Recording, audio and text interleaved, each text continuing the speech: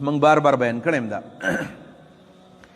چې الله رب العالمین داسې ذات دی چې کله د الله نه موږ غواړو نو الله تعالی خوشحالېږي او الله تعاون کوي، الله په دې باندې خوشحالېږي. هغه یو عالم دی که نه صالح په نوم باندې، نو هغه ویل بیمار شوی و، د هارټ بیماري ورته راغلې وه، د زړه بیماري ورته راغلې وه.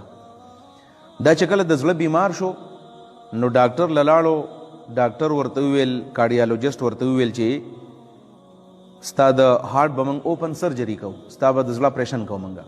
ظاهره خبر ده زړه اپریشن کول خو ګران کار دی، که زړه هغه اپریشن خطرناک نه خو انسان نفسیاتي طور باندې داسې په دباو کې راځي. ویل آخر داسې وشوله چې زه لاړم او په واټ کې داخل شوم او اپریشن تیټر ته زه ننه باستلم او ویل ما ته ویل چې ستا اپریشن کوو، زما زړه کولاو کو او ما له اپریشن وکړو.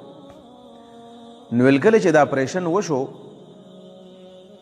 او زه په هوش کې بیرته راغلم، دا ټولې نرسانې دي او دا بهر ملک دی، عرب دی، لبنان دی، نو په دې کې دا ډاکټران دي او دا نرسانې ګرځي را ګرځي. خو زما چې کله د زړه اپریشن وشو او زه په هوش کې رالم نو ما وکتل چې دا ډاکټران داسې پریشانه ما ته ښکاره کېږي، ځکه چې د زړه اپریشن کله کامیاب شي ډاکټران خو مبارکي ورکوي، مبارک دی چې اپریشن دې کامیاب شو.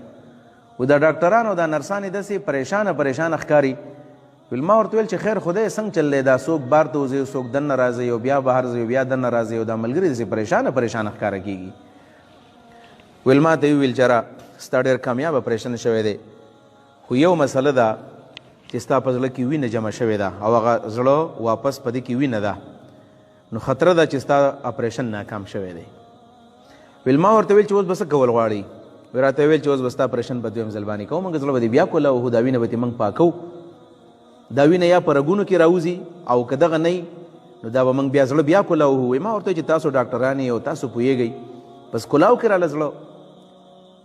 ویل په دې دوران کې ډاکټران واپس بهر ووتل، خپل کټس میټس برابرئ او ځان اپریشن ته جوړئ، انستیزیا والا به راځي ما له به اوس نشه راکوي. ویل په دې دوران کې یوه نرسه وه د لبنان، ویل هغه رالله، ویل ما ته وویلو په دې دوران کې، ویل ظاهره خبر ده چې کله دومره سخت وخت راشي نو سړی به څومره د الله سره تعلق جوړېږي، الله تعالی خیر کراته اوس دا خو ډېر تکلیف دی. ویل په دې دوران کې د نرسې ما ته یو خبره وکړه چې یا صالح صلی علی الرسول صلی الله علیه وسلم، ای صالح په نبی علیه السلام درود وایه، شابه شروع وکړه، رسول الله باندې درود شروع وکړه. ویل کله چې ما ته د نرسې دا خبره وکړله نو مخکې مې یو تعلق برابر دی، اوس په دې ټیم کې ما د درود له زور ورکو، اللهم صل علی محمد او اللهم صل علی محمد، او دا درود له مې زور ورکو او په دې ټیم کې خو په داسې طریقه باندې درود ویم لکه زه یم چې براه راست د الله سره خبره کوم چې الله تعالی تا ته ویم په دې پیغمبر باندې ته درود راولېږه او رحم پې وکړه، رحم و کرم پې وکړه. بلکل د زړه یو واسطه او تعلق مې د الله سره جوړ شو، برابر شو. ویل کله چې دا ما دا درودونه وویل ډېر زیات، ویل په دې دوران کې ډاکټران چې کله رالل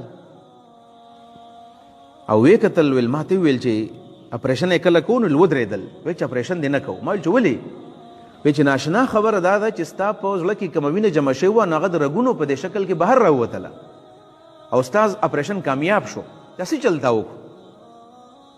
ویل ما ویل چې ما خو نور څه نه دي کړي، خو بس په دې دوران کې چې کله ما ته د نرسي ویلو نو ما په دې وخت کې فوراً په نبي علیه صلات وسلام په کثرت سره درود شروع کړو، کثرت سره درود.